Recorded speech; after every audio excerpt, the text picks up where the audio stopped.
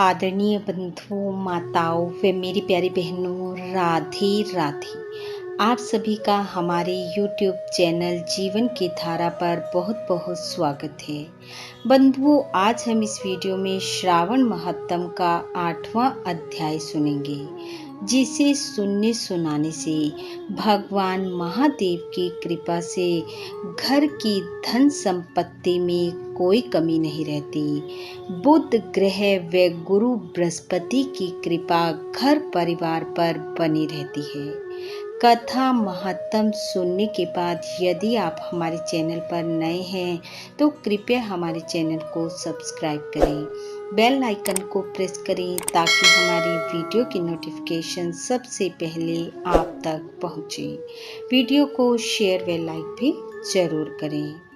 बंधुओं, आज के अध्याय में भगवान महादेव श्री सनत कुमार को श्रावण माह में किए जाने वाले बुध और बृहस्पति व्रत का महात्म सुना रहे हैं। भगवान शंकर बोले, हे सनत कुमार, अब तुमसे पाप को हरने वाले बुध और बृहस्पति व्रत को बताता हूँ, जिन्हें श्रद्धा के साथ करने से प्राणी उत्तम सिद्धि को प्राप्त कर सकता है।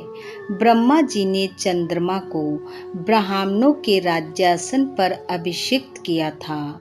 एक समय चंद्रमा की दृष्टि बृहस्पति की पत्नी तारा पर पड़ी।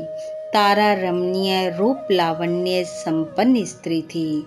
चंद्रमा उसके रूप लावण्य पर मोहित हो काम के वश में हो गई।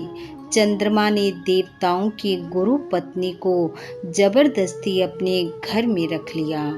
कुछ काल पश्चात उसके एक पुत्र पैदा हुआ। पुत्र का नाम बुध रखा गया। बुध विद्वान, रूपवान तथा सर्वगुण संपन्न था। देव गुरु बृहस्पति अपनी पत्नी को खोजते हुए चंद्रमा के निवास पर पहुँचे। वहां उन्होंने अपनी पत्नी तारा को देखा। बृहस्पति चंद्रमा से बोले, तुमने गुरु पत्नी के साथ गमन किया है, इस पाप से तुम कैसे बचोगे? इस महापाप की ओर तुम्हारी बुद्धि कैसे प्रवृत्त हो गई? अब तुम चुपचाप मेरी पत्नी को मुझे लौटा दो और तुम इस पाप से बचने के लिए प्रायश्चित करो। यदि तुम ऐसा नहीं करते हो तो मैं तुम्हारी शिकायत इंद्र देव से करूँगा। बृहस्पति के कहने पर भी चंद्रमा उनकी पत्नी को लौटाने को तैयार नहीं हुआ तो देव गुरु ने राजा इंद्र से चंद्रमा की शिकायत कर दी कि इसने मेरी पत्नी का अपहरण कर लिया है। हे इंद्र, आप देवराज हैं, आप चंद्रमा से कहकर मेरी पत्नी मुझे वापस दिलवाएं।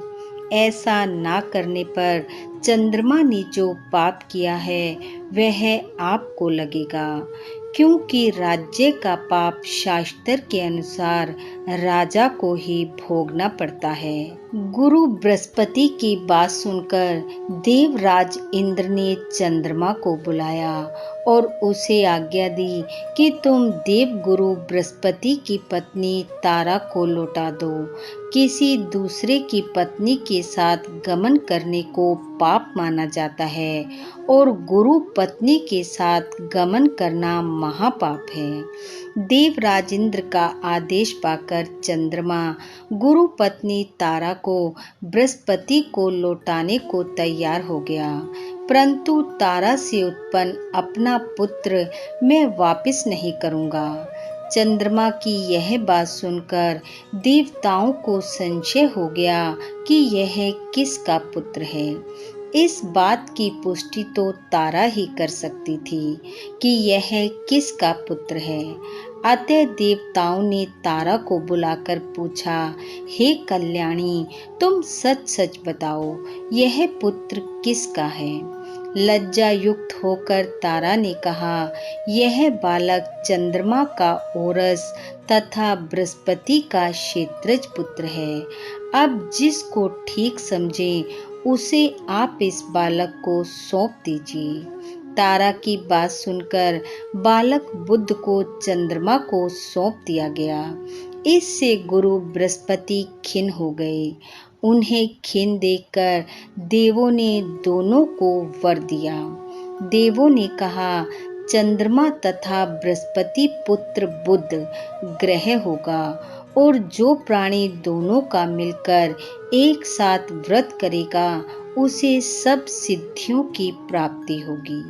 भगवान शिव के प्रिय मास श्रावण में जो लोग बुध और गुरुवार के दिन अर्चना करेंगे उनके खजाने सदैव भरे रहेंगे तथा उनका क्षय कभी नहीं होगा। भगवान महादेव कहने लगे, हे सनत कुमार, नैवेद्य दही भात से दोनों की मूर्तियां लिखनी चाहिए। जो दोनों मूर्तियों को झूले पर रखकर अर्चन करता है वह दीर्घ आयु तथा संपूर्ण गुणों से युक्त पुत्र को पाता है।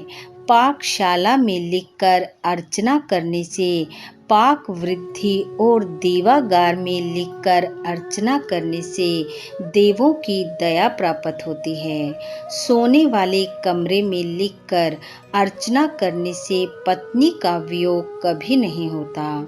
इस प्रकार यथास्थान पर उसका फल प्राप्त होता है। 7 वर्ष तक व्रत करने के पश्चात इसका उद्यापन करना चाहिए। उद्यापन में पहले रात में जागरण करें। स्वर्ण की प्रतिमा का निर्माण कर विधि पूर्वक अर्चन करें। षोडश उपचार द्वारा अर्चन कर हवन करें।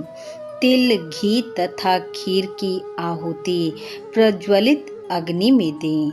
चिंचड़ा तथा पीपल की समिधाओं से हवन करके पूर्ण आहुति डालनी चाहिए। इसके बाद मामा भांजे को भोजन कराकर अन्य ब्राह्मणों को भोजन कराना चाहिए। ब्राह्मणों को दक्षिणा देकर हाथ जोड़कर विदा करने के बाद स्वयं भोजन करना चाहिए। इस प्रकार 7 वर्ष तक व्रत करने वाला प्राणी सब इच्छाओं को प्राप्त कर लेता है। जो विद्या की कामना करता है उसे विद्या की प्राप्ति होती है। वह वेदों और शास्त्रों का मर्म जान लेता है।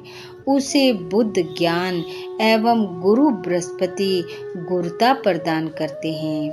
सनत कुमार ने भगवान शंकर से पूछा, आपने पहले मामा और भांजे को भोजन कराने का विधान बताया है, इसका क्या कारण है?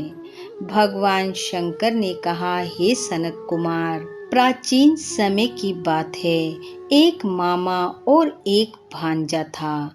मामा और भांजा दोनों दरिद्र थे। एक दिन दोनों भोजन के लिए घूमते घूमते एक सुंदर नगर में पहुंच गए।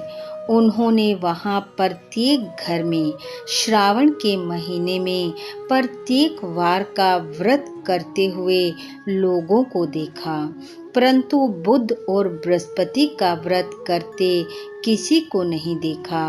दोनों मामा भांजे ने बहुत समय तक आपस में विचार किया कि सब जगह सूर्य और अन्य वारों का व्रत तो हो रहा है, परंतु बुध और गुरु का व्रत देखने को कहीं नहीं मिला। अतः हम दोनों बुध और गुरु का व्रत करें तो अच्छा रहेगा, क्योंकि अभी तक किसी ने भी इन दोनों वारों का व्रत किया ही नहीं है। इसे हम करेंगे। लेकिन विधि विधान न जानने के कारण दोनों संशय में पड़ गए। तब रात्रि में उन्हें विधि विधान का स्वप्न में ज्ञान हुआ।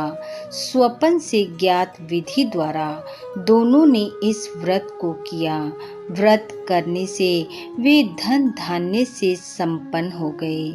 7 वर्ष तक दोनों मामा भांजे व्रत को करते रहे और व्रत के प्रभाव से वे दोनों पुत्र पौत्र धन संपत्ता आदि से संपन्न हुए।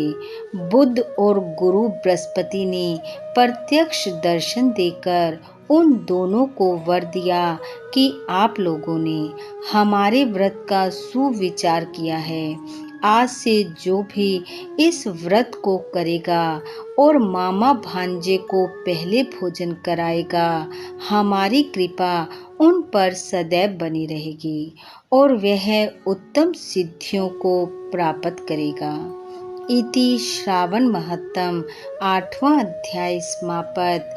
बोलो शंकर भगवान की जय। बंधु, भगवान महादेव की कृपा आप व आपके परिवार पर सदैव बनी रहे। आपका घर आंगन खुशियों से महकता रहे। इन्हीं शुभकामनाओं के साथ आप सबका बहुत बहुत धन्यवाद। राधे राधे।